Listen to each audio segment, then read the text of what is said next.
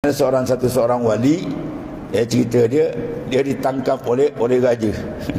Raja tu raja tak elok kan. Jadi dia tangkap wali tu, dia kurung. Dia kurung dalam rumah, dah buat macam-macam tak mati-mati. Dia kurung dalam rumah, dia simen kan. Dia simen. Memang tak boleh keluar, suruh mati situ lah. Besok pagi tengok wali tu ada dekat buat kerja dekat kebun ni. Orang terperanjat tuan-tuan ni. Dia kata, siapa yang mengeluarkan kau? Dia orang tanya, raja kata, siapa keluarkan kau? Kau dah simen semua ni. Dia kata, yang mengeluarkan aku ialah yang memasukkan aku. Siapa yang masuk engkau? Yang masukkan aku, yang mengeluarkan aku. Lagi pening aja.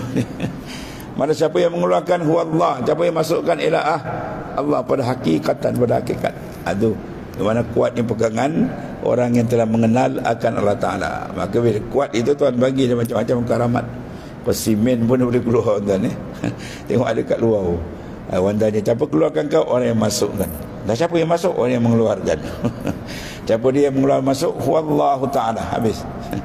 Maknanya kuat gantungan qalbi dengan Tuhan. Itulah di antara sidqut tawakul. Kuat semua tawakal itu menjadi syarat untuk seorang sampai kepada Allah Ta'ala.